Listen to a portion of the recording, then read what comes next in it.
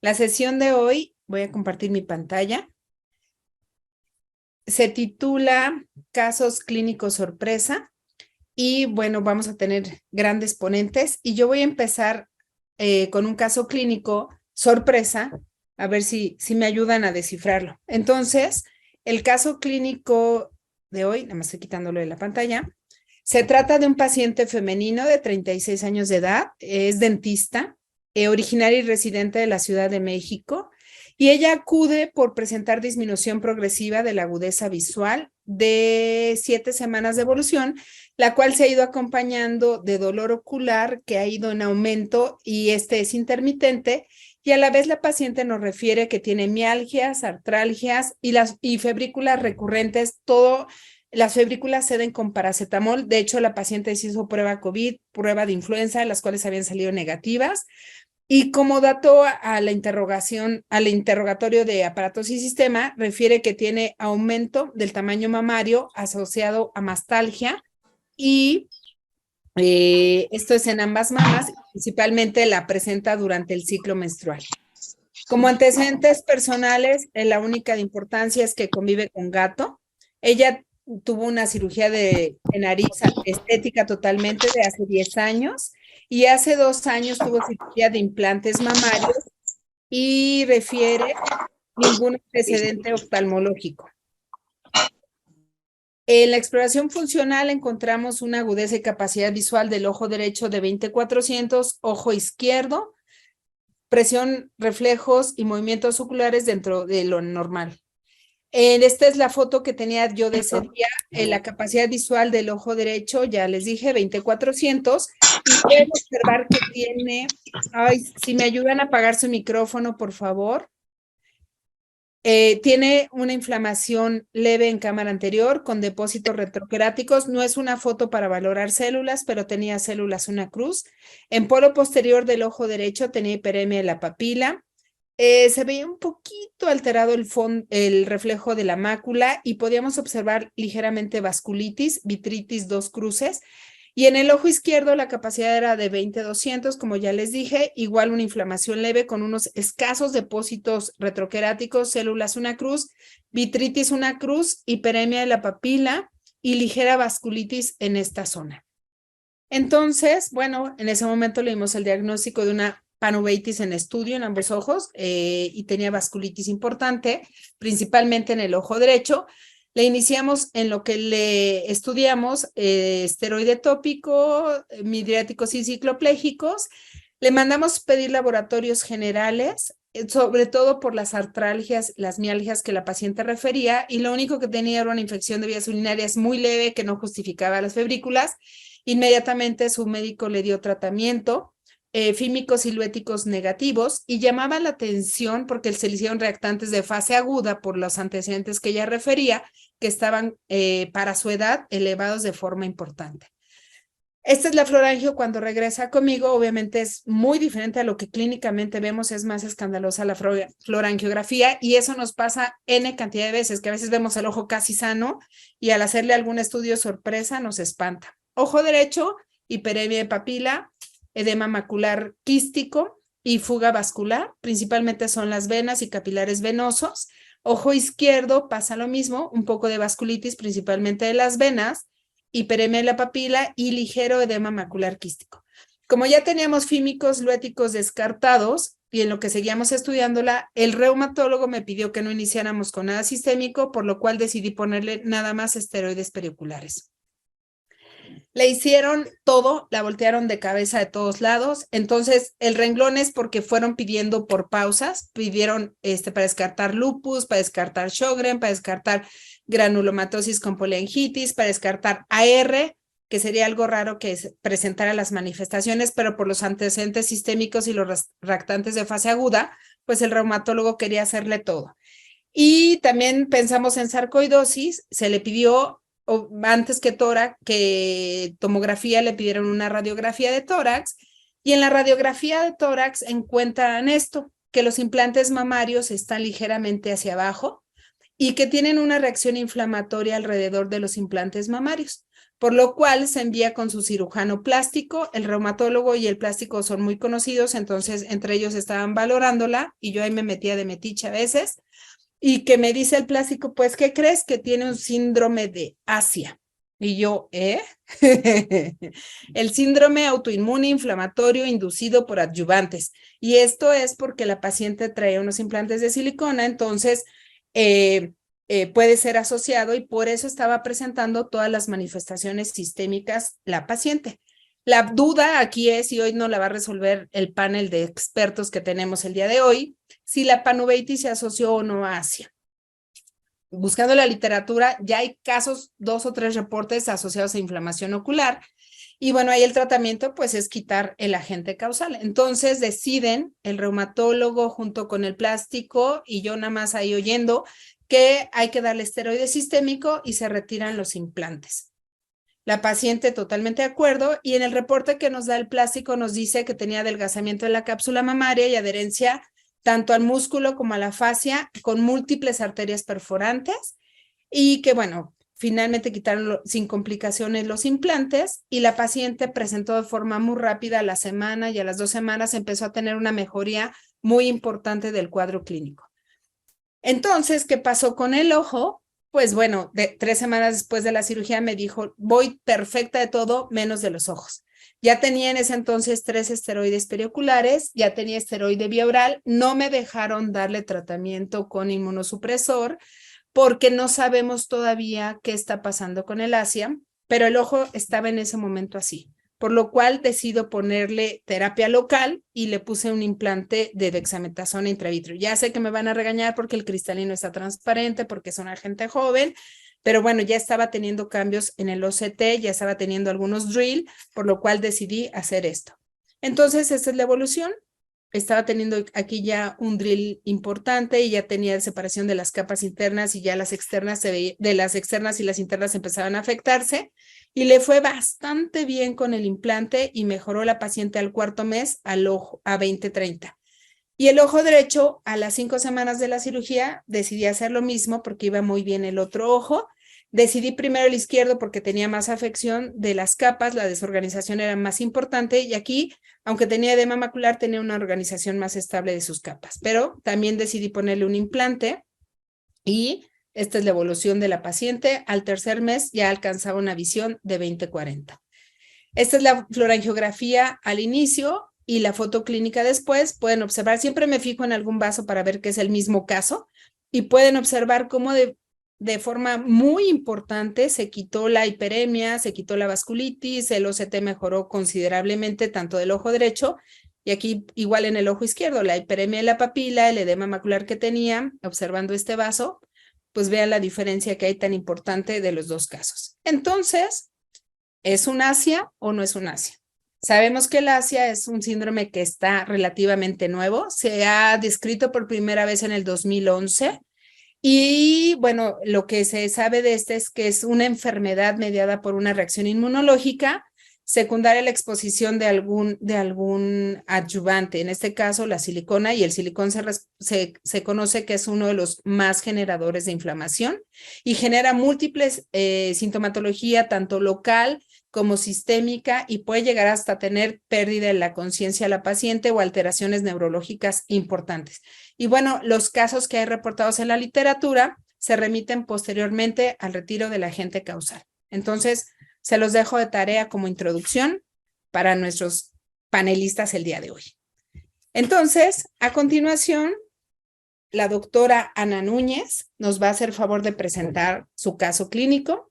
La doctora es oftalmóloga egresada del Instituto Nacional de Rehabilitación, donde hizo la alta especialidad, ella en retina y vitrio en el Hospital Manuel G. González, y después en nutrición hizo la alta especialidad en enfermedades inflamatorias oculares. Actualmente se encuentra radicando en Guerrero.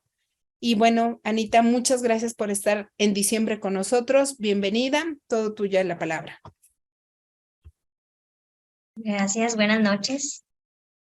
Qué honor estar con este panel. Déjenme le quito, listo. Entonces, bueno, les voy a presentar mi caso clínico sorpresa de esta noche. Entonces, tenemos que justo en diciembre de hace 2 años, llega una mujer de 18 años, originaria y procedente de la Ciudad de México, estudiante de preparatoria, cuyo motivo de consulta era un cuadro de 3 meses de evolución de disminución progresiva de la agudeza visual bilateral, pero de predominio en el ojo izquierdo.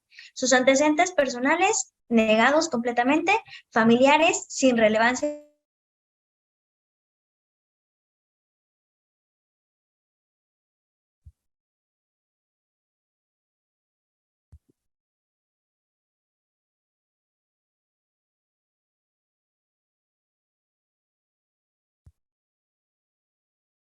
para.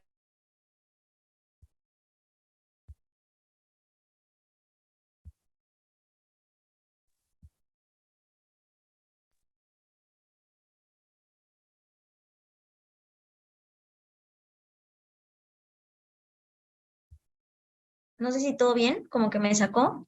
Como que te sacó, pero ya otra vez Pero estás, ya, regresé. ya regresaste. Es que en mi rancho ya son vacaciones. Ya estás de Bueno, nuevo. entonces, la presión intraocular se encuentra dentro de rangos normales y como podemos ver en las fotografías del segmento anterior de ambos ojos, la Perdón, cámara ¿puedes anterior. compartir tu pantalla? Ay, sí, Porque eso también te sacó. me sacó.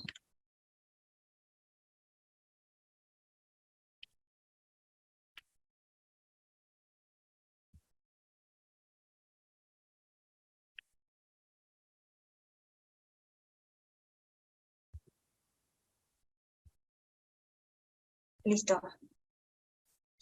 Bueno, como les decía, la capacidad visual de 20/25 para el ojo derecho y 20/50 para el ojo izquierdo, presión intraocular dentro de rangos normales.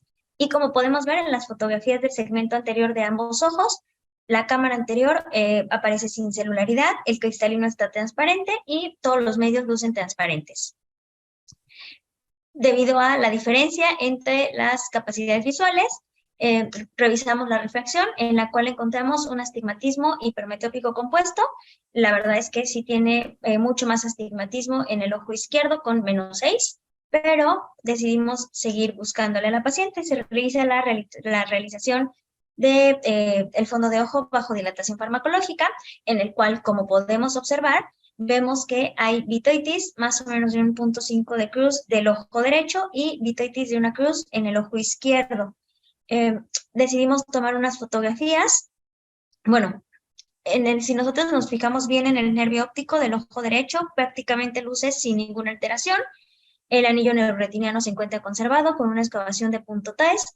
En el ojo izquierdo vemos como el nervio óptico se encuentra también el anillo conservado, no vemos hiperemia, no vemos edema, entonces pareciera que todo está bien. La mácula de ambos ojos se encuentra con ligera disminución del vello, pero cuando nosotros tomamos las fotografías de campo ultra amplio, les podemos mostrar cómo en el ojo derecho vemos unos ligeros cambios de pigmento en la periferia, pero sin datos de vasculitis.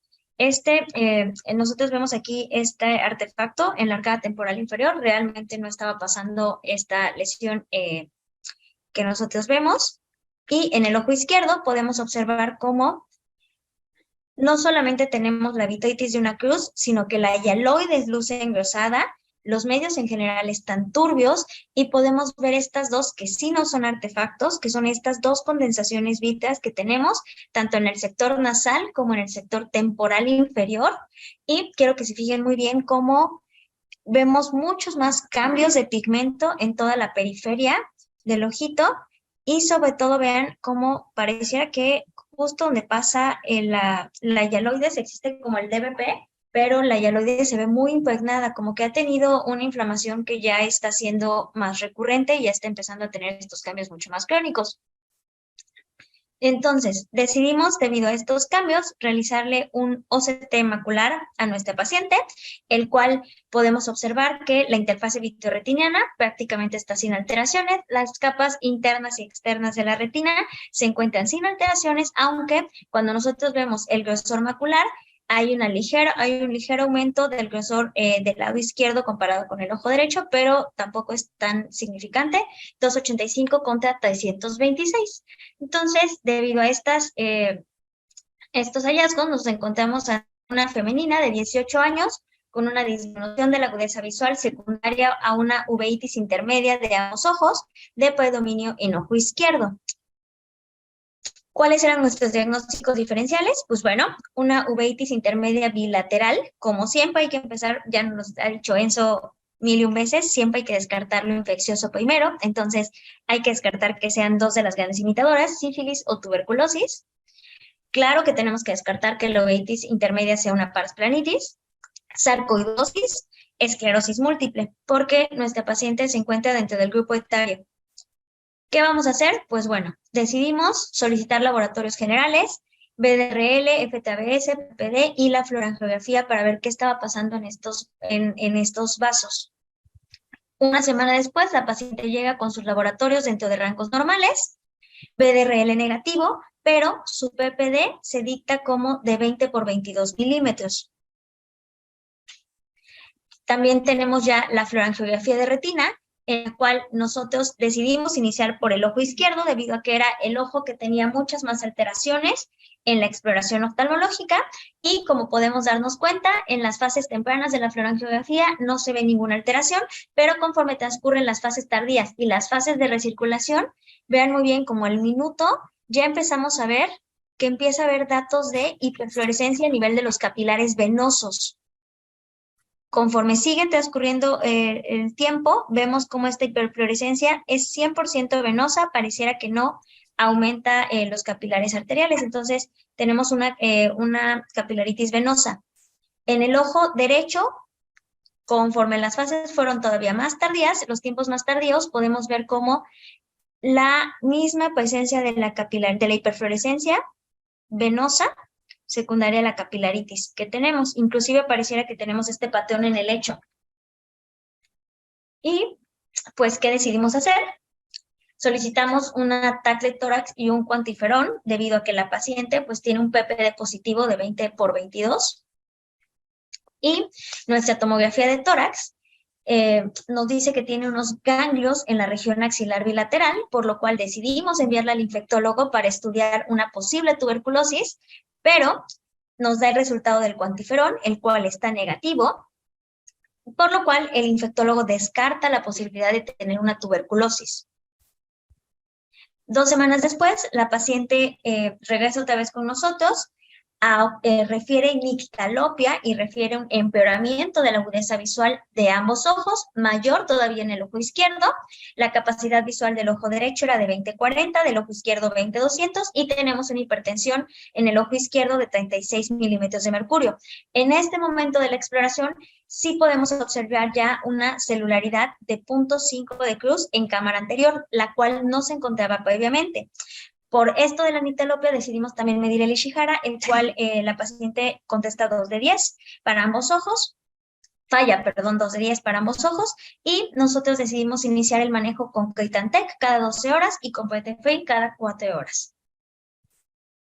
Por la nictalopia realizamos el electroretinograma, lo teníamos disponible, entonces el electroretinograma se observa como en las fases mesópicas y escotópicas no hay alteraciones, y ya debido a que no encontramos la causa de la uveitis intermedia y estamos sospechando que pudiera ser una sarcoidosis también, se solicitan la lisosima y la ECA, y los cuales están negativos, y debido a que no encontramos la causa por la cual tenía todas estas alteraciones, decidimos solicitar la resonancia magnética para buscar datos de esclerosis múltiple, la cual también se dicta sin datos de desmielinizaciones o alguna alteración que lo pudiera relacionar. Examinamos nuevamente a la paciente y, oh sorpresa, algo que no habíamos ni interrogado ni preguntado, era la presencia de tatuajes. La paciente nos refiere que justo 4 meses antes de empezar de venir con nosotros, que sería más o menos 1 mes antes de empezar con los síntomas de la baja de visión, se había realizado un nuevo tatuaje, ya era su segundo tatuaje que tenía.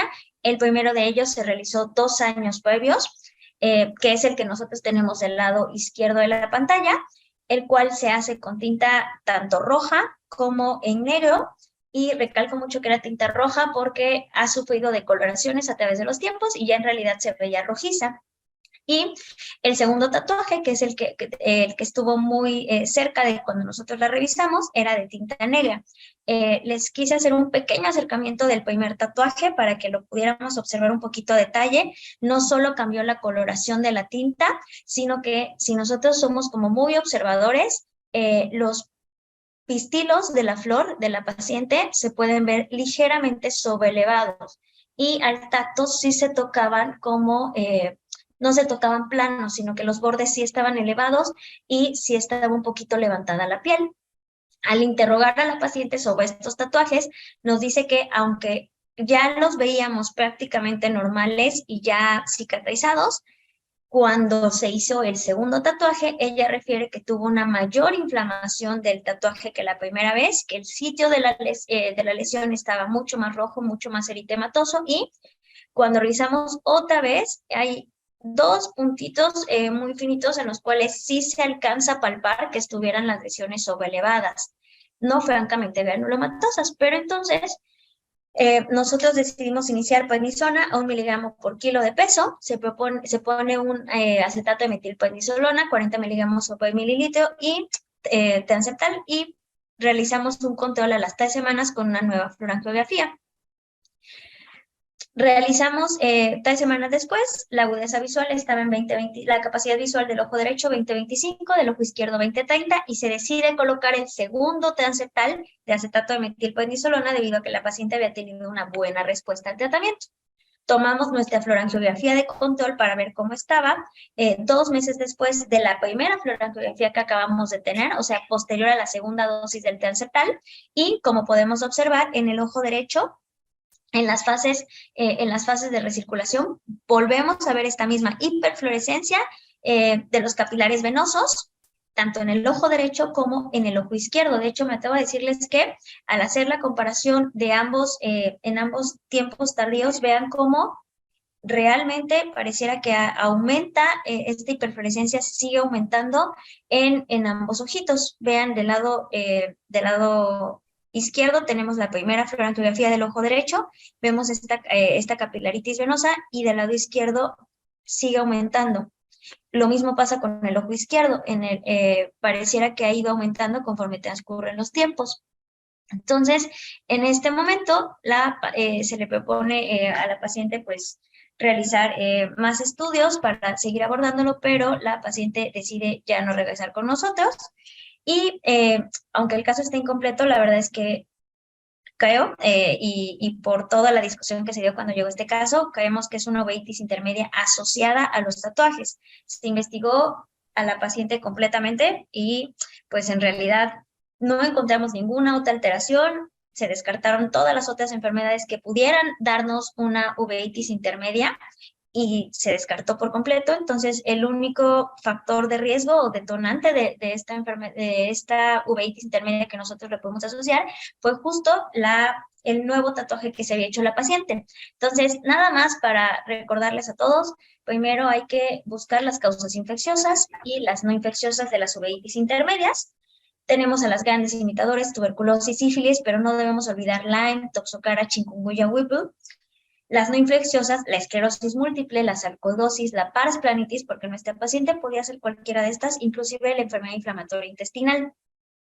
Las uveitis secundarias a tatuajes en realidad se pueden presentar bilaterales y todavía no son muchos reportes de casos que hay, y no hay, aunque sí hay revisiones, no tenemos como un estudio que realmente tenga las cantidades suficientes de pacientes para que digamos que es una uveitis granulomatosa o una no granulomatosa. Los reportes de los casos se presentan en las dos presentaciones. Pueden dar desde iridociclitis hasta panuveitis y generalmente se asocian a tinta negra, azul o a tinta roja. Voy a tardarme un minuto más en hablar de las tintas porque estas son mezclas de pigmentos que en realidad sí son muy usadas, pero no existen evaluaciones de los riesgos reales ni a nivel dérmico ni a nivel sistémico, entonces mucho menos oftálmico. Entonces realmente en los estudios dermatológicos que se han hecho, se asocian todas estas reacciones de hipersensibilidad a las impurezas metálicas que hay, como el níquel, el cromo y el cobre. Entonces, generalmente los reportes están o son como más tendenciosos a que la tinta negra es la que más efectos secundarios vamos a tener, porque es una tinta que es cancerígena, mutágena y tóxica, pero los estudios dicen que puede ser cualquier tinta que tenga cobalto, níquel, hierro y cobre. Y entonces, si nosotros buscamos cuáles son los pigmentos que tienen, los ingredientes que tienen los pigmentos de las tintas, el pigmento o el tinte que más se asocia a estas reacciones son el tinte rojo. ¿Por qué? Como podemos ver en la tabla, es el que más metales pesados va a tener y que son los que ocasionan estas reacciones. ¿Cuáles son los hallazgos que nosotros vamos a encontrar? Pues bueno, cuando hacen la biopsia, generalmente en el 90% son células infiltrantes y es una reacción HLA de tipo 2, por lo cual se genera una reacción de hipersensibilidad retardada. Hay dos grandes teorías. La primera teoría de por qué se producen estas uveitis asociadas a tatuajes es porque es una reacción a un cuerpo extraño que ocasiona un desbalance inmune de tipo, como dicen las sarcoidosis. Y otra es que es una reacción de hipersensibilidad retardada a los pigmentos de los tatuajes. Entonces, son como las dos grandes vertientes de esta enfermedad, bueno, de las corrientes de esta enfermedad. Los reportes que están asociados nos dicen que la mayoría de las biopsias se asocian a granulomas no caseificantes, pero también vamos a tener que puede haber granulomas cutáneos asociados a uveitis sin que estos sean caseificantes.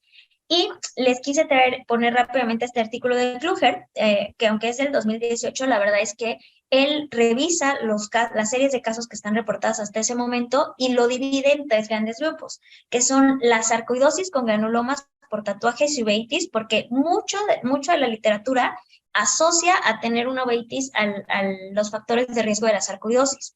También al grupo de la uveitis con granulomas por tatuajes o solo después de tatuarse, y un tercer grupo que es la inflamación ocular después de un tatuaje sin presentar un granuloma, como sería el caso de nuestra paciente. Les hice el zoom de las imágenes de los tatuajes porque de todas las revisiones que estuve buscando, la verdad es que la tinta roja, cuando interactuaba con la tinta negra, en los estudios dermatológicos era la que más ocasionaba estas reacciones de hipersensibilidad retardada. Incluso Kluger propone esta abreviatura de TAHU para los granulomas por tatuajes asociados a uveitis. Nos dice que en realidad es un diagnóstico de exclusión y que puede no estar asociado a la sarcoidosis. Entonces, hay varios reportes como estos donde hay un edema macular cistoide asociado a los tatuajes y les traje este casito nada más porque este paciente presentó este edema macular hasta 6 años después de haberse tatuado. No hay tampoco un consenso entre cuánto es el tiempo para que nosotros podamos considerar que puede estar asociado o no. Hay reportes que dicen que a la semana se puede presentar y hay otros que hasta después de 6 años, como este. La mayoría va de 1 mes a 1 año, depende de los seguimientos. Hay otros casos más extremos donde pues ya se usan las tintas para tatuar la esclera y tenemos otras manifestaciones como las escleritis o inclusive las endoftalmitis que se han dado mucho. Tenemos este otro caso donde meten la tinta a la cámara anterior y pues provoca todas estas reacciones y pues bueno, los desenlaces no son muy buenos, pero ese es mi caso sorpresa que les quise traer el día de hoy. Muchas gracias, doctora Ana. A continuación, el doctor Enzo, que creo que ya no necesita presentación, pero bueno, por protocolo lo tengo que presentar. Profesor asistente de oftalmología del Hospital Clínico de la Universidad de Chile, fellowship en patología ocular y uveitis en el Royal Victoria Hospital de la Universidad de McGill en Montreal, Canadá, máster en segmento posterior realizado en el Instituto Barraquer, director médico de la Corporación de Ayuda al Niño de Artritis Crónica Juvenil y, lo más importante, miembro honorario y amigo de todos nosotros del Centro Mexicano de Enfermedades Inflamatorias. Muchas gracias, Enzo, por tomarte tu tiempo en diciembre para estar con nosotros. Gracias, Pati. Tremendamente honrado el convite, feliz de poder compartir esta sesión y aprovecho de celebrar que fui ascendido a profesor asociado, así que yupi yupi. Oye, quedé aterrado con el caso que mostró recién Ana, pero bueno, de alguna manera saldremos a superar el miedo y démosle, ¿ya? ¿Ven mi presentación ya? Sí, perfecto. Ok. Bueno, entonces, No tengo intereses en conflicto para este caso y lo llamo caso 2, no porque venga después del de Ana, sino que fue mi segundo caso, así que voy a partir al revés. Una mujer de 52 años de edad llega para pedir una segunda opinión por un cuadro de uveitis hipertensiva, ¿ok? Mujer que tiene un aspecto saludable, que pareciera no tener ninguna uveitis, bueno, segunda opinión ya llega con algo de tratamiento, uveitis hipertensiva. ¿Cuál es el punto? ¿Qué es lo que la hace un poquito distinta? Y es que es bilateral. Entonces ahí las cosas se ponen más raras, porque si tenemos una uveitis hipertensiva unilateral, se nos vienen muchas cosas a la cabeza, ¿no es cierto? Pero bilateral es un poco raro. Y si me hubieran dado solo 2 minutos para presentar el caso, habría llegado solo hasta esta diapositiva, donde alguno que otro probablemente ya tenga hecho el diagnóstico. 6 semanas antes de conocernos, yo la conocí en la 6ª semana de evolución, esta chica había tenido un ojo rojo bilateral de inicio simultáneo. Doctor, se me enrojecieron los ojos, ambos ojos, y fue un día muy puntual, el 25 de diciembre, por eso ella se acordaba muy bien, esto ocurrió hace un par de años. Y dice que 2 días después, a las 48 horas, comenzó a ver borroso con ambos ojos en forma progresiva. ¿Ok? Y esta es la foto de uno de sus ojos que la tomé, lamentablemente no en la primera visita, no estuve suficientemente despierto como para detenerla y fotografiarla, la foto es un poquito más tardía, ¿ok? Pero muestra lo que les quiero mostrar. Ustedes que saben de qué se trata, guarden silencio hasta el final. Porque uno tiene que hacer el proceso de diagnóstico diferencial y pensar, si fuera una infección hipertensiva, no piensen solo en este caso, sino que en el universo de las uveitis hipertensivas, herpes se lleva el primer lugar, es lo primero en lo que uno tiene que pensar. Ajá. Las toxoplasmosis y la sífilis tienen una fase hipertensiva, pero no tienden a arrastrar esa hipertensión por mucho tiempo. En cambio, el herpes sí, el herpes te puede dar una hipertensión ocular lentamente progresiva y transformarse en un problema. Bilateral, para este caso, uno queda así un poquito incómodo, ¿ya? Dentro de las causas no infecciosas, la heterocrómica de Fuchs es la primera que se nos viene a la mente, que está en el límite entre lo infeccioso y lo infeccioso, puesto que hemos encontrado partículas, fragmentos virales en algunos ojos y pudiera ser parte de la fisiopatología. Sarcoidosis, porque los granulomas sarcoidóticos pueden infiltrar el trabéculo, hay demostraciones histológicas de ello. Y a veces el lente intraocular puede generar una uveitis con hipertensión. Antiguamente, los viejos lentes puestos en el surco podían dar el síndrome de UGH, por el acrónimo de uveitis, glaucoma, ifema, y los últimos lentes que fueron mejorando le quitaban el ifema y uno podía tener la uveitis con glaucoma inducida por un lente intraocular que generara un estrés mecánico en el surcus. También hay que pensar en las enmascaradas, tanto neoplásicas como no neoplásicas. Hay algunos melanomas raros, como el melanoma difuso, 0,2% de ellos. El melanoma ciliar en anillo también puede generar un glaucoma o la dispersión pigmentaria del mismo melanoma, ¿ok? Por ahí hay un reporte único de un mieloma en que las células de mieloma infiltran el iris y se asoció a hipertensión ocular. Y a veces las no neoplásicas quiere decir que simplemente hay un síndrome de dispersión pigmentaria sin que haya uveitis, y entonces uno puede caer en el falso diagnóstico de una uveitis siendo solo una dispersión pigmentaria. ¿Ok? Eso es lo que piensa el uveólogo. Pero el oftalmólogo general debe pensar que con mucha más frecuencia podemos estar ante un paciente glaucomatoso que no sabía que tenía glaucoma, al que se le agrega una uveitis. En esta chica eso finalmente se descarta porque llegó a tener una fase hipertensiva bastante prolongada y en el seguimiento, ahí están las fechas, que permite hacer un seguimiento y demostrar que después de un buen tiempo prácticamente no hay defecto del campo visual. Entonces uno con eso dice, es poco probable que esta chica de 52 años haya tenido un glaucoma preexistente no diagnosticado durante mucho tiempo. ¿Ok?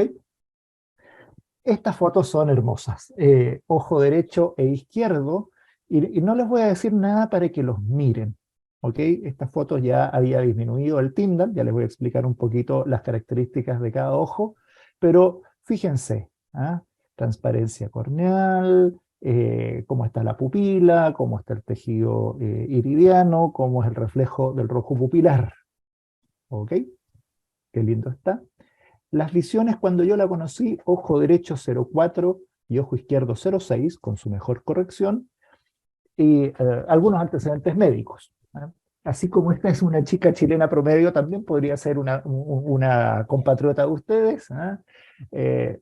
Tenía sus kilitos de más la chica, con una hipertensión, una resistencia a la insulina y una dislipidemia, para lo cual tomaba losartán, metformina y atorvastatina. O sea, se veía sanita, bien alimentada la chica, pero tenía su detalle, ¿ok?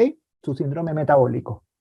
Pero lo que era un poquito más asustador era el precio que se pagaba para tener esa presión en 16 milímetros de mercurio.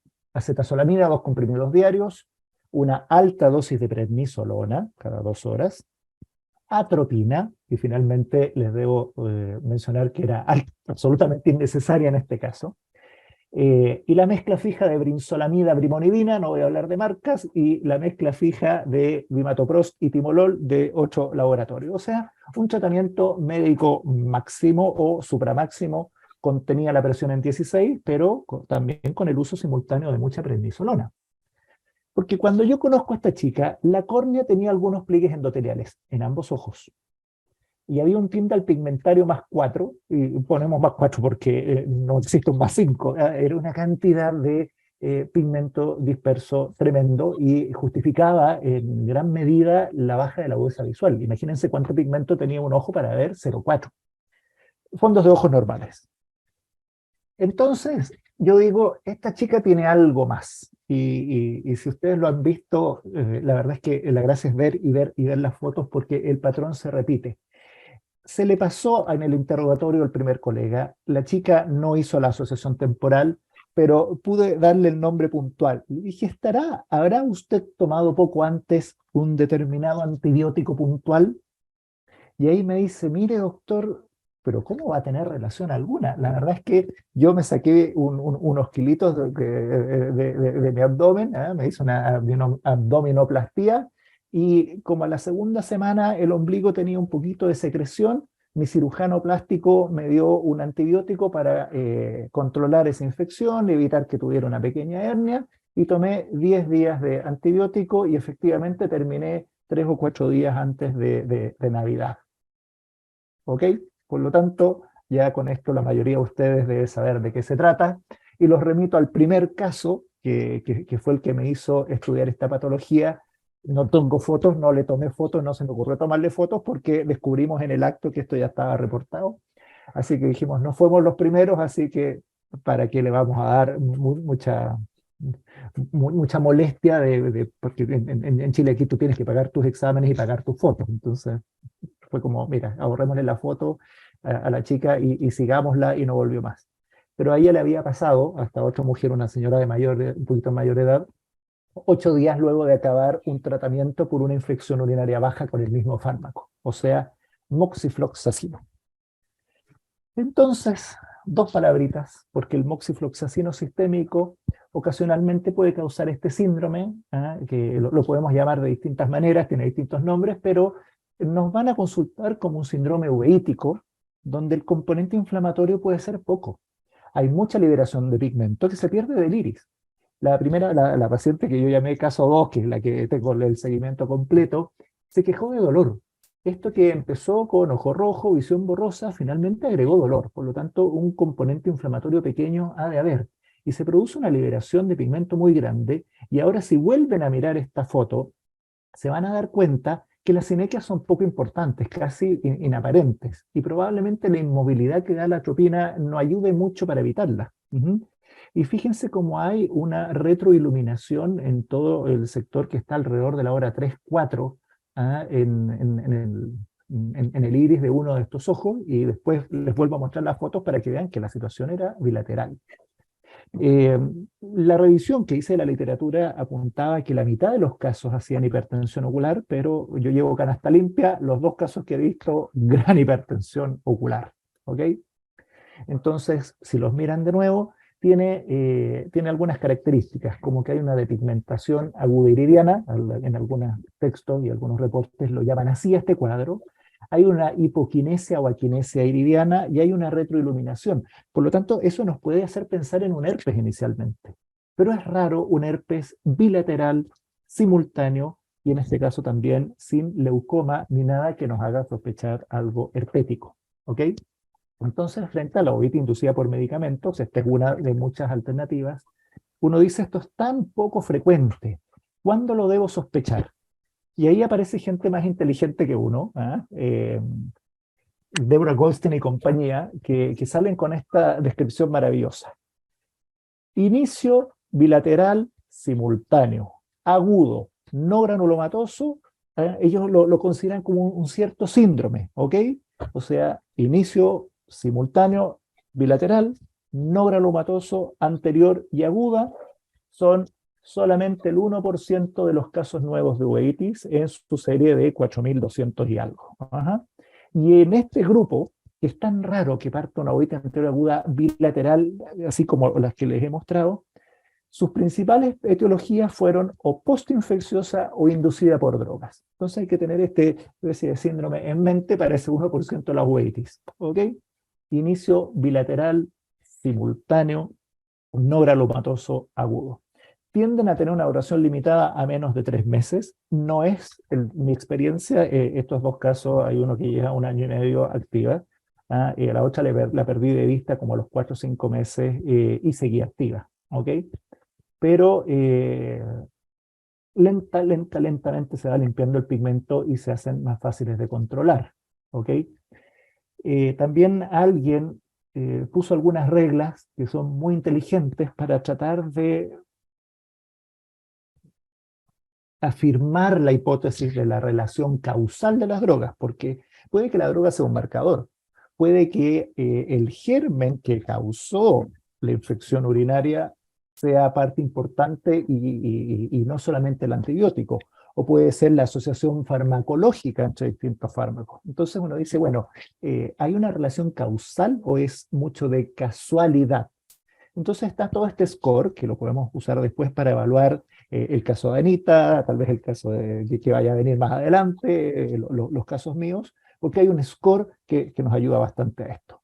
Y buena parte del score viene por el efecto prende-apaga, ¿vale? Es decir, le doy el fármaco, viene la uveitis. Le quito el fármaco, se apaga la uveitis, ¿ok? O el efecto indeseable, cualquiera este sea. Entonces después podemos volver a leer ahí las 10 preguntas de los criterios de Naranjo que pueden dar un puntaje máximo de 13 y según el score que salga es la posibilidad de que esto sea o no sea atribuible al fármaco, ¿ya? La fluoroquinolona tiene un score de 6, por lo tanto no cumple todavía el criterio de definitivo, pero sí un criterio de probable. Y vamos después a la discusión y a la conversa, pero ahí les mostré un casito muy simpático con lindas fotos de lo que es la uveitis bilateral o pseudo-uveitis bilateral por moxifloxacino, llamada por algunos de pigmentación aguda iridiana. Interesantes casos el día de hoy. Muchísimas gracias, Enzo, como siempre. No te nos A su vayas. orden. Vamos a la Aquí discusión. estamos. Y para cerrar con broche de oro, el día de hoy nos acompaña la doctora Stephanie Bourdieu, una persona muy querida y un pilar muy importante en el Centro Mexicano. Ella es egresada del Instituto de Oftalmología Conde de Valenciana, expresidenta del Centro Mexicano, ex jefa del Departamento de Enfermedades Inflamatorias del Hospital Nuestra Señora de la Luz y actualmente es jefa de primera vez de uveitis en el Instituto Mexicano de Oftalmología en Querétaro. Muchas gracias, Stephanie. Todo tuyo. Ay, gracias, Pati, también por la presentación, qué linda. Y muchas felicidades a ti por estos 2 años qué bárbara, te los aventaste de 10, ¿eh? Muchas felicidades. Entonces, pues bueno, voy a presentar un caso que la verdad es que si bien no es complejo, digamos, el diagnóstico me pareció muy interesante porque es la primera vez que me toca verlo. Esta es una paciente que tiene 45 años. Una cosa muy importante de sus antecedentes es que es enfermera epidemióloga en el Seguro Social y tiene antecedentes de un diagnóstico de espondilitis anquilosante desde 2019, el cual cuando llegó ella por primera vez al IMO hace unos años no tenía tratamiento. De hecho, debo decir desde este momento que la paciente sabíamos que, digamos, estaba sana desde el punto de vista, o que no tenía el problema que va a presentar después, dado que ella refería haber tenido 2 o 3 cuadros de uveitis, pero habían sido uveitis anteriores, sin mayor, digamos, complejidad, y cuando la habían visto la última vez, la paciente estaba bien. Vienen en agosto del 2021 por referir que tiene ojo rojo, fotofobia y visión borrosa, que inició posterior a tratamiento con biológico, estaba con certolizumab pegol, llevaba 2 veces con el tratamiento y a los 2 meses empezó con esta sintomatología. En esa visita, la paciente tiene en el ojo derecho agudeza visual de 20/20, en el ojo izquierdo, que es el problema, tenía 20/25, esta era su refracción, la presión intraocular estaba normal, realmente no había mayores hallazgos a nivel del segmento anterior, y aquí les muestro la fotografía clínica de esa visita, donde podemos ver como el ojo derecho prácticamente sin alteraciones, y en el ojo izquierdo se observaba esta lesión que al ver en el acercamiento pueden ver que es una lesión que mide más o menos 2 diámetros de disco, que está elevada, que está a nivel de coroides, y pues bueno, con esto se veían algunos pliegues, algo de líquido alrededor de la mácula, que a lo mejor los pueden como ver a este nivel, y en la fotografía no se ve, pero había una zona que aparentaba como periflebitis, un poquito más hacia ecuador periferia. Entonces, bueno, pues tenemos la OCT del ojo derecho que estaba sin alteraciones, y vean cómo pues a nivel de la OCT del ojo izquierdo, pues efectivamente vemos cómo hay una alteración en las capas externas con disrupción de la zona de interdigitación, y cómo había justamente una lesión que era lo que estaba haciendo que protruyera. Esto era obviamente algo a nivel coroideo. Entonces, bueno, pues con todo esto, la paciente refería que antes de empezar el biológico le habían realizado un PPD y que había salido en 4 milímetros en ese momento y que no le habían dado importancia, que incluso ella, pues siendo enfermera epidemióloga y que continuamente hacía estas pruebas, cuestionó en su momento a los médicos, dijeron, no hay problema, esto es negativo. Bueno, en el momento en que vemos estos hallazgos a nivel ocular, el PPD está en 10 milímetros, el cuantiferón salió indeterminado, que ahí llama un poquito la atención también con el caso que presentó Ana de cómo el PPD de su paciente era francamente positivo, el cuantiferón salió negativo, y bueno, también le habían hecho VARes que habían salido negativos. La paciente dice que no le hicieron tomografía, que esto es algo que había quedado como pendiente, pero que a la vez de tener el cuadro ocular, había presentado también un cuadro de pleuritis, entonces eso también obviamente pues llamaba la atención, que solamente se había visto por una radiografía de tórax. Entonces, bueno, pues infectología, evidentemente decide iniciar el tratamiento en una fase intensiva de inactivación con Dotval por 2 meses, y después 10 meses en fase de sostén ante, pues obviamente el diagnóstico de una tuberculosis a nivel ocular, tenía un tuberculoma. La paciente de ese momento se va, lleva su seguimiento en el IMSS donde ella trabajaba, y viene en octubre del 2022 nuevamente al IMO, que es donde yo realmente la conocí, porque ella llegó un poco antes de que yo llegara allá, y viene por dolor ocular y fotofobia de 15 días de evolución en el ojo izquierdo. La capacidad visual está en 20/25 en ambos ojos, la presión intraocular normal, el segmento anterior prácticamente sigue sin alteraciones. Aquí pueden ver la foto en que está dilatada la paciente, pues en realidad en el segmento anterior no había mayor cosa que reportar. Fotografías clínicas del ojo derecho, incluso en la exploración se veía todo perfectamente bien, y en el ojo izquierdo la verdad es que veíamos únicamente la zona de cicatrización donde había estado ese tuberculoma prácticamente un año antes, sin que observáramos ningún cambio. Sin embargo, como la paciente insistía mucho en que tenía dolor y fotofobia y demás, pues decidimos complementar con estudios. La OCT estaba normal, en el ojo izquierdo solamente se veía la zona donde había estado el tuberculoma con hiperreflectividad, pero realmente no se veía líquido ni actividad clínica o por estudios paraclínicos.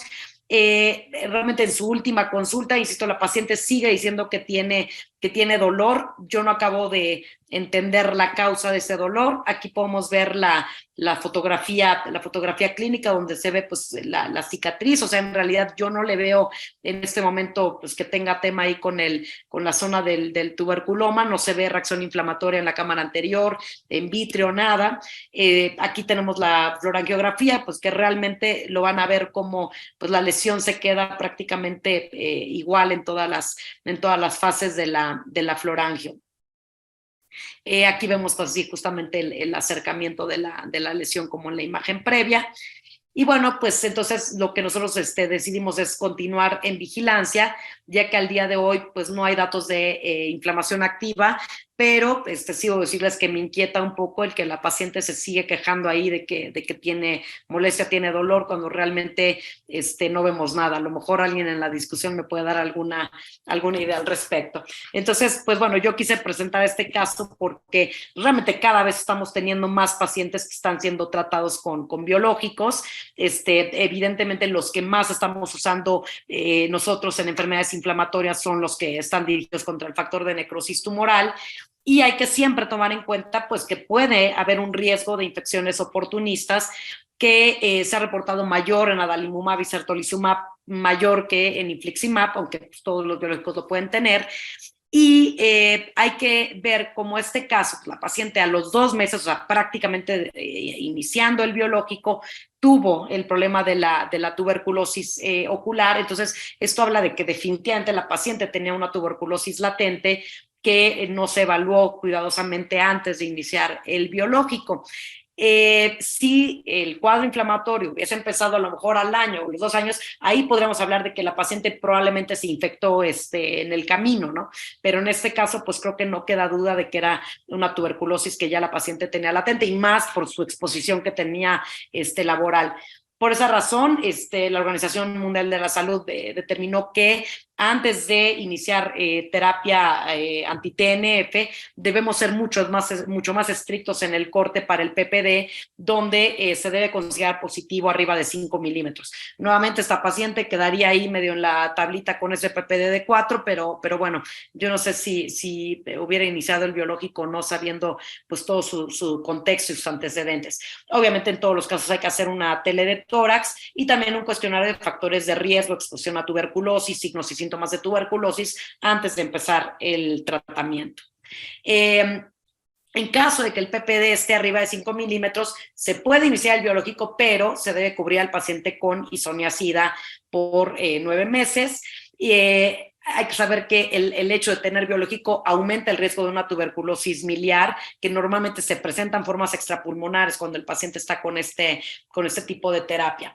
Y por otro lado, también hay que considerar que si el paciente tiene una tuberculosis, más si es diseminada, el quitar el biológico puede llegar a ser como un síndrome inflamatorio, como esta uveitis por reconstitución inmune. Entonces, en ocasiones lo que se sugiere es darle el tratamiento para la tuberculosis, pero considerar el dejar o reiniciar el anti-TNF. Entonces, pues bueno, básicamente esto era lo que les quería comentar del primer caso. Y el segundo caso es un caso muy rápido que no tiene casi nada que ver con el tema, digamos, central de los tratamientos que producen uveitis, pero la vez que también fue un caso que a mí me llamó la atención y que se los quise presentar muy rápidamente. Este es un señor que tiene 58 años, que en realidad, bueno, su único antecedente es que es diabético desde 2015, pero bueno, él viene porque tiene baja visual de 1 año de evolución, bilateral. Aquí lo que podemos ver es que el paciente, como pueden ver, tiene una agudeza visual pues muy disminuida en los 2 ojos. En el ojo derecho está en contardeos a 50 centímetros, en el izquierdo ve movimiento de manos, y pues básicamente lo que en esa primera visita se determinó es que tenía una catarata, que era la causa de la baja visual era una catarata total, brunescente, muy, muy avanzada. Entonces, con todo esto, pues se decidió hacer cirugía de catarata. Digo, también aquí mencionar que el paciente tenía pterigión nasal en ambos ojos. Entonces, al paciente se le ofreció una cirugía de catarata, se le hizo una cirugía, un SIX con lente intraocular en el ojo izquierdo. Durante la cirugía el paciente era un paciente poco cooperador, estaba solamente bajo anestesia local y entonces no cooperaba, y al momento de la cirugía el ayudante se detiene del pterigión para ayudar al cirujano a poder hacer mejor su procedimiento, y en ese momento hay un arrancamiento del pterigión con un movimiento brusco del paciente. Yo realmente cuando evalué al paciente que fue después de la cirugía, sí me pareció que era un paciente que tenía mucho tema con los movimientos oculares, no cooperaba muy bien, entonces entiendo muy bien cómo pues bueno, sucedió eso durante la cirugía, se dejó la esclera denudada, y después de la cirugía su visión mejoró bastante, está en 20/60, pero lo que quiero hacer es enseñarles la imagen. Eso es al 6º día postoperatorio, ¿no? Es cuando yo veo al paciente, me lo iban a presentar, y había cosas curiosas. Para empezar, estas manchitas que se ven aquí era porque el paciente tiempo antes había tenido como una explosión así de pólvora y entonces era como pólvora que tenía ahí subconjuntival. Se ve pues toda esta zona así hiperémica, esta zona donada, y a mí me dio mucho temor que aquí se vea una zona de adelgazamiento bien importante que podía, desde mi punto de vista, pues tener una perforación casi inminente en esta zona. Aquí tiene un punto de sutura que en ese momento yo dije, bueno, retiren esa sutura porque a lo mejor también está haciendo ahí un estímulo inflamatorio. Cuando yo lo veo 10 de la mañana de ese día, hasta empecé a hacer teorías de que si a lo mejor la pólvora se había expuesto y se había generado toda la reacción inflamatoria, pero pues era como algo, estaba muy difícil de explicar. Total es que el paciente se vio pues diferentes servicios, obviamente el segmento anterior, córnea, todo eso, no, hay que buscar ponerle un parche porque el paciente se puede perforar. Entonces, en ese trámite de conseguir tejido y ver cómo se le iba a hacer para poderle poner el parche lo más pronto posible, a mí me avisan, aquí ponen 2 horas, pero más o menos a las 4 horas me dicen, oye, ya no va a hacer falta el tejido porque el paciente mejoró. Estamos hablando del mismo día, 4 horas, donde yo lo vi a las 10 de la mañana, y a la 1 de la tarde que lo vuelvo a ver, el paciente está así, ¿no? Entonces, vaya, fue así como sorpresivo. Todo el mundo me dice, es que aquí había secreción. Eso no era secreción, o sea, era ya como la esclera prácticamente normal. Y entonces el asunto, pues bueno, lubrica mucho. Bueno, aquí les pongo algunas preguntas que quisiera yo saber ya con el panel qué piensan. Pero pues al paciente básicamente lo que se le hizo fue entonces dejarle lubricante, cámara húmeda, y mantenerlo en vigilancia. Y bueno, pues esta es de las últimas imágenes que tenemos del paciente, básicamente con lubricantes. Entonces, por eso pues les quise traer este caso. Por ahí platicando con Rachel, me parece que ella tuvo un caso bastante parecido, y pues yo quería saber si alguien había tenido algo igual. Muchas gracias. Bueno, ya se acabó la sesión, gracias a todos. Lo bueno es que está Luz, es la única que nos queda que nos puede ayudar. Sí. Pues bueno, por eso eran sorpresa los casos clínicos, ¿no? O sea, a pesar de que les pedimos todos los estudios, a pesar de que les hacemos todo, los volteamos de cabeza, en N cantidad de ocasiones nos quedamos sin diagnóstico y le ponemos asociado, secundario, probable, y siempre les digo al paciente, el día de hoy no tenemos el apellido, tu diagnóstico es una uveitis, una panoveitis, pero pues con los años probablemente le demos un apellido. Entonces, bueno, se abren las preguntas al público, y más que las preguntas, las respuestas al público, a ver qué nos pueden ayudar con estos casos. Y para la doctora Anita, nada más quisiera saber, ¿hay alguna razón específica por la que le hayas puesto al paciente metilprednisolona? ¿Tú lo usas más? ¿Te funciona mejor? Me llamó mucho la atención en lugar de ponerle betametasona, que es un antiinflamatorio un poco más potente, pero bueno, no sé. Es que fue porque era justo la pandemia cuando tuvimos este desabasto de medicamentos. Entonces, por eso es que teníamos la metilprednisolona de 40 miligramos sobre mililitro y en la PEC. Solamente fue por eso. Ok. Y bueno, entonces la recomendación es tatúense, pero no usen el rojo. No se tatúen. La verdad es que justo yo me iba a tatuar en esa época. De hecho, y parte llegó ese paciente y entonces dije, no me voy a tatuar. O sea, están los artículos de dermatología. De verdad, el pigmento rojo es el que más reacción de hipersensibilidad tipo 2 les ocasiona y hace unas lesiones granulomatosas y unas queloides horribles. Entonces, no se tatúen. No sé si alguien tenga alguna pregunta para la doctora Ana. Y bueno, Pati, como agregar, o sea, que importante, además de que siempre le preguntamos a los pacientes si se han tatuado, es si el paciente dice que sí, es esto, preguntarle si se le hinchan, si se le ponen gorditos los tatuajes, porque ahí es donde te puede empezar a dar la clave de que está teniendo esta uveitis secundaria a tatuajes, ¿no?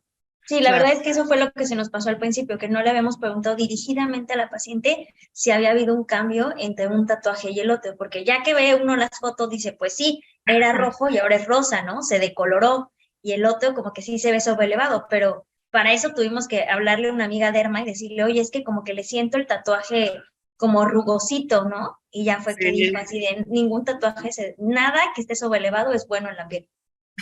Perfecto. Acuerdo. Y bueno, Enzo, en el síndrome que presentaste, el BAU, hay un síndrome ya descrito que es el BAIT, que está asociado al uso de quinolonas. ¿Hay alguna correlación? ¿Son entidades lo mismo, pero no, o son totalmente diferentes? Bueno, mira, apostar a una etiología no sistémica es un poquito temerario, así como cualquiera de las cosas que hemos propuesto aquí, ¿ah? Y por eso puse sobre la palestra el score de naranjo, que es el que nos permite evaluar esto fríamente. Me voy a agarrar un poco del caso de Anita para responderte la pregunta. ¿Por qué?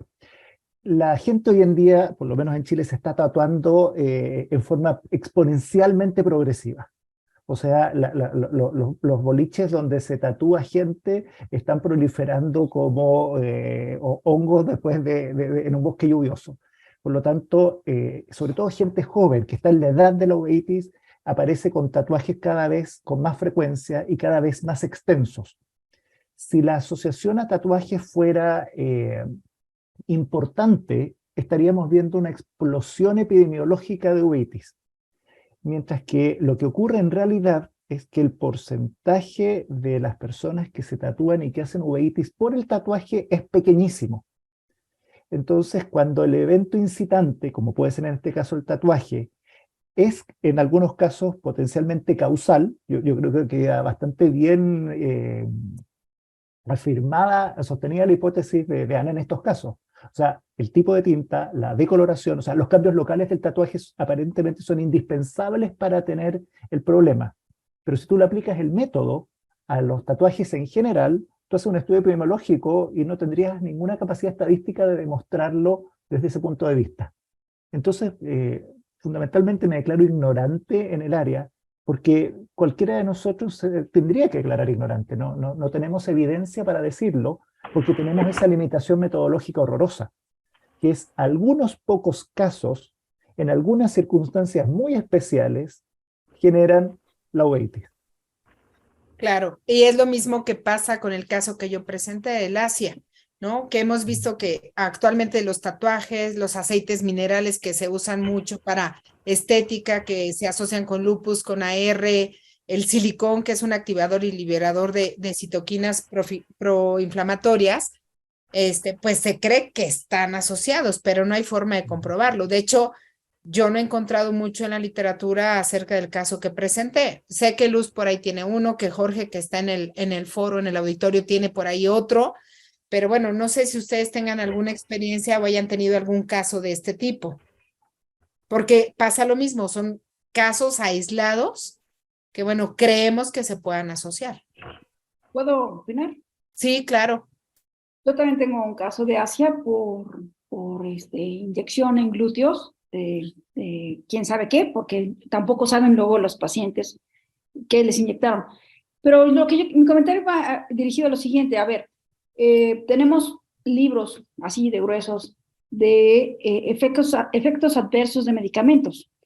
Tenemos la obligación de describir cualquier efecto adverso Y no, eso no quiere decir que todo el mundo va a tener ese efecto adverso. Hay una parte de idiosincrasia. Entonces, si ustedes ven los efectos adversos de cualquier medicamento, es una lista interminable y rara vez los vemos en nuestros pacientes. Entonces, creo que eso es lo que nosotros vemos como las uveitis, las que se asocian a vacunas, las que se asocian a ciertos medicamentos, sobre todo intravenosos, oncológicos, etcétera. Pues no vamos a tener una gran cantidad, afortunadamente, o con los tatuajes es lo mismo. O sea, debe de influir un factor de idiosincrasia del paciente, ¿no? Que no sabemos qué gen o no, pero sí, creo que sí es válido poder decir, lo más probable es que sea por esto, ¿no? Yo he tenido pacientes que toman AINES, no sé si ustedes han tenido uveitis bilaterales por AINES. Dejan el AINE, se les quita, se toman el AINE oral y les da la uveitis. Entonces, es idiosincrasia, es decir, no todo mundo, desafortunadamente, ¿no? Bueno, seríamos millonarios, ¿no? Exacto. Pues, y bueno, respecto al uso de biológicos, el PPD, bueno, ya sabemos que se tiene que pedir obligado antes de utilizar un biológico. ¿Tú también recomiendas obligado antes del biológico pedir una radiografía de tórax o una tomografía o un cuantiferón o haces todo? PPD y tele de tórax, Pati, de entrada. Y la verdad es que yo sí les recomiendo a los pacientes, y digo, no he tenido la oportunidad de usar tantos biológicos por obviamente el costo y esto, pero el otro día hace una paciente hasta medio pegó el grito en el cielo porque estaba con un anti-TNF ya hace tiempo, y que cómo era posible que yo le pidiera un PPD y una tele de tórax, ¿no? Dije, pues que, o sea, vivimos en México, ¿no? Pero la tuberculosis ya no existe, hay que explicar a los pacientes que viviendo en México es necesario hacer estas pruebas. Y de hecho, o sea, hasta estarlo reevaluando, porque pues se pueden infectar en el camino. O sea, a lo mejor inicialmente no tenían nada positivo, pero pues, se infectan estando ya con el biológico. Entonces, yo sí creo que por precaución, quizás una vez al año es conveniente, pero sin duda, antes de empezar el biológico deben tener descartadas, y pues incluso pues, hepatitis y demás, ¿no? Otras infecciones que se pueden prender ahí con el biológico. Jorge Aguilera, ¿tenías un comentario? Sí, o sea, hablando justamente de lo de los... Hola a todos, buenas noches. Justamente hablando de lo de los biológicos, o sea, teóricamente estamos obligados a anualmente con este tipo de pacientes estar tomando infecciosos de hepatitis y de hecho por lo menos estar pidiendo el PPD de manera anual, ¿no? Entonces creo que eso es algo que los que estamos utilizando, sobre todo los anti-TNF, no se nos tiene que olvidar en absoluto. Muchas veces Reuma lo tiene presente cuando a lo mejor nosotros no somos el médico que originalmente prescribió el biológico, pero si somos el médico que originalmente lo está prescribiendo, no se nos debe de olvidar estar haciendo esos estudios de manera anual. Otro comentario con el caso de Ana. Teóricamente, ¿te fijaste, Ana, si cuando le dieron los glucocorticoides disminuyó la inflamación del tatuaje? Porque en algunos casos está descrito justamente eso. O sea, esa relación, se inflama el tatuaje, tienes uveitis, das el glucocorticoide, se quita el uveitis y se desinflama el tatuaje. Y eso también te puede ayudar un poquitito a vigilar si hay esa causalidad de alguna manera que creemos que tienen estos pacientes. ¿Te fijaste en eso? ¿Lo documentaron o algo? Fíjate que no, porque esto ya fue en retrospectiva. O sea, ya como que ya que encontramos la asociación de los tatuajes, ya fue cuando ya lo presentamos en una clase, que estaba la doctora Patti, la doctora Luz, o sea, que ya está todo el mundo echándole ciencia al caso. Entonces sí, no, se nos fue y la paciente ya no regresó, o sea, ya como mejoró y se quedó con agudeza visual de 20/30, dijo ya no vuelvo. Y de hecho, bueno, no sé si ustedes lo tienen, pero yo lo voy a agregar a mi cuestionario de uveitis. Los tatuajes yo no lo tengo en mi cuestionario de uveitis y creo que sería bueno actualizarlo y agregarlo. Ok, la doctora Claudia, ¿tienes la mano también? Gracias. Sí, es respecto a esta asociación. Yo creo que los casos que yo tengo de tuberculosis son Pacientes que usan inmunosupresores, obviamente yo estoy en un hospital donde vemos muchos pacientes con biológicos, y la otra, pacientes con VIH. Entonces, esta paciente pues es una femenina, es enfermera y trabaja en un servicio de epidemiología, pero importantísimo, se tiene que pedir el VIH, porque la asociación de VIH y tuberculosis es altísima. Entonces, no porque sea homosexual, hombre, y tenga tuberculosis, entonces le pedimos el VIH. No, hay que pedir el VIH en todo paciente que tenga tuberculosis en este país y viceversa, ¿no? Estar muy pendientes de la tuberculosis. Y la otra cosa es, mis pacientes que he tenido con tuberculosis y que usan biológicos han sido gente de clase alta, que igual, o sea, se indignan cuando les digan, usted lo que tiene es tuberculosis. Y son empresarios, son magistrados, son gente rica. Claro, tienen contacto con personas, o sea, no viven aislados, aunque estén en sus burbujas de élite, finalmente tienen contacto con personas. Y he visto unas tuberculosis terribles en pacientes que con artritis reumatoide principalmente que usan anti-TNF. Pues bueno, no sé si alguien más tenga algún otro comentario o de los ponentes alguna. Hola, hola Pati, ¿cómo están? Buenas noches. Hola, adelante. ¿Cómo les va? Oigan, yo nada más, ¿qué tal? ¿Cómo están? Stephanie, pues yo quería preguntarte del último caso que presentaste. Digo, se ve muy fea mi cámara, siempre está muy mal de esta computadora, pero no sé si haya sido algún tema por la sutura de la cirugía, porque, por ejemplo, de las vitrectomías, no sé si, por ejemplo, aquí que anda Ana también se haya fijado en el caso del Vicril. El Vicril causa mucha reacción inflamatoria. Entonces, hay pacientes con el puro Vicril hacen, o sea, reacción inflamatoria, como un granuloma, y que el paciente siempre se está quejando, ¿no? Y pues bueno, hay una esclerotomía, pues no puedes retirarlo tan fácilmente, y pues lo único que nos queda es esperar a que se reabsorba, ¿no? Pero sí lo que me llama la atención es, por ejemplo, este caso que pues era un nylon, o sea, una sutura de nylon, y a lo mejor, o sea, lo único que se me viene a la mente es eso, que es una reacción inflamatoria importante por el nylon, que es así súper raro, ¿no? Sí, fíjate que yo creo que, a ver, o sea, todo lo que me he puesto a pensar en este caso es que, pues, evidentemente como que había un edema, ¿no? De la esclera, así tan importante que parecía que se iba a perforar. No sé si ese puntito de sutura de alguna manera permitía a lo mejor que hubiese más edema, si influyó o no.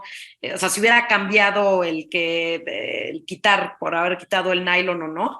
Digamos, esa fue la única manipulación que hubo, ¿no? Así de quítenle el punto y córranle a buscar esclera para ponerle el parche, ¿no? Entonces, si eso influyó o no, no lo sé, ¿no? Pero por otro lado, si hubiese sido una reacción inflamatoria a la sutura, yo no hubiera esperado que resolviera en tan pocas horas. O sea, creo que la teoría de que pues era edema ahí, ¿no? En las fibras, pues podría haber sido, o sea, para mí ahorita es más plausible, ¿no?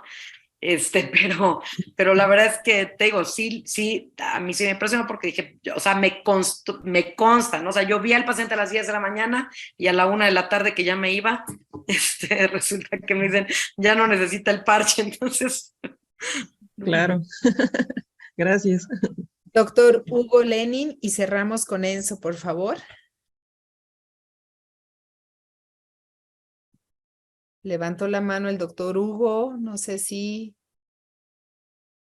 o fue un error. Enzo. No tiene su micrófono activado. Hugo, ¿estás por ahí? Bueno, Enzo. Bueno, dos Bien. cositas. En el chat un colega nos comenta que la EMA ha solicitado la reformulación de ciertas tintas de tatuajes. Los pacientes a uno le preguntan todo acerca del metotrexato y la cetoprina, siendo que están a veces en riesgo de quedarse ciegos, y se inyectan con un individuo de mala muerte lleno de tatuajes con olor a marihuana, cualquier cosa de cualquier color, sin preguntar de dónde viene, ni cuántas inyecciones le van a poner, si eso viene sacado del motor de un automóvil, si es radioactivo, y sobre todo las cantidades de mercurio. Y eso pasa en países tan civilizados como Canadá, donde no compran ciertas marcas de atún en lata porque tiene trazas de mercurio, pero se lo inyectan en toneladas debajo de la piel. Por lo tanto, cuando los pacientes dicen, ¿me puedo tatuar? Yo digo, sí, pero exígele a tu tatuador lo mismo que me exiges a mí. Quirófano, material estéril, desechable y aprobación FDA y EMA para lo que sea que te vas a inyectar y que va a quedar contigo toda la vida. Eso es uno. Segundo, el caso de Ana. Yo me formé con un patólogo ocular, que es Miguel Bournier, por lo tanto, en el minuto, es solamente la discusión académica, pero en el minuto en que tú tienes esa adenopatía axilar y tienes una pequeña duda de que puede haber una tuberculosis o que puede haber una uveitis por tatuaje, Miguel Bournier no nos deja pasar sin hacerle una biopsia a ese ganglio. Porque si es una adenitis tuberculosa, tienes el diagnóstico y no importa lo que diga la serología ni los juguitos. Por lo tanto, ese es un par de aportes. Y respecto al caso de Pati, porque tú prometiste que le ibas a dar una respuesta. Y mientras tanto busqué ahí en Google cosas que yo no sabía, porque hace 10 o 15 años leí un caso de un paciente que tuvo un DR por un PIT de nervio óptico. Le hicieron vitrectomía, láser, le pusieron aceite de silicona, pero el aceite de silicona, el paciente se perdió de seguimiento, se emulsificó, pasó al líquido cefalorraquídeo y le generó un síndrome meningio inflamatorio horroroso. Eso fue hace mucho, mucho tiempo, no recuerdo los detalles. Entonces me salió la pregunta de cuánto tiempo se demora esa paciente en eliminar la silicona emulsificada que queda en el cuerpo después de que le sacan los implantes. Y por ahí pillé un estudio en ratas que te muestra que los reservorios en el cuerpo de la silicona son hígado y vaso. Por lo tanto, a pesar de que le sacaste los implantes, es posible que tenga todavía una gran cantidad de aceite de silicona o aceites de silicona y derivados circulantes y que por lo tanto se demore un largo tiempo en limpiarse. Por lo tanto, no necesitas ponerle otra cosa más, sino que decirle, ok, como las prótesis estaban vascularizadas, tú podrías esperar de que haya una buena carga de los derivados de la silicona sólida o gel circulando por ahí. Por lo tanto, no sé cuánto será el washout, pero claramente no es instantáneo. De acuerdo. De hecho, la paciente ahorita tiene 5 meses de la cirugía y de que la vimos fue hace 6 meses ya. Entonces está muy vigilada por el reumatólogo. El ojo está súper quieto, pero bueno, sabemos que puede pasar en otros órganos. Entonces ella lo tiene muy consciente. Afortunadamente es dentista, pseudodoctora, entonces como que entiende muy bien y por eso inmediatamente accedió a quitarse los implantes. Hay que esperar a ver qué pasa con ellos. Ya les contaré el próximo año que me invite el próximo presidente. No olvidar que hay una enfermedad que se llama por coadyuvantes y que está asociada en estos casos. Aquí puede ser algo muy local, pero las enfermedades por coadyuvantes se comportan igual que un lupus y les tienes que dar tratamiento de por vida. Entonces, aun cuando ya no exista el desencadenante, tú ya tienes montada una respuesta inmunológica y que probablemente no la puedas erradicar si no mantienes al paciente con inmunosupresión y con esteroides. Sí. Y como es una enfermedad nueva, se sabe muy poco y hay muy pocos casos reportados. Lo que dice Claudia, repórtenlo porque si no, no nos enteramos qué pasa. Ahorita la tenemos con esteroide sistémico y no se ha atrevido nadie a darle inmunosupresor, pero se está monitorizando con laboratorios. Los reactantes de fase aguda ya están en límites normales, pero bueno, vamos a ver qué pasa y probablemente todo mundo que tiene estos casos iremos reuniéndolos y sería interesante dar una sesión de esto para ver qué podemos aportar.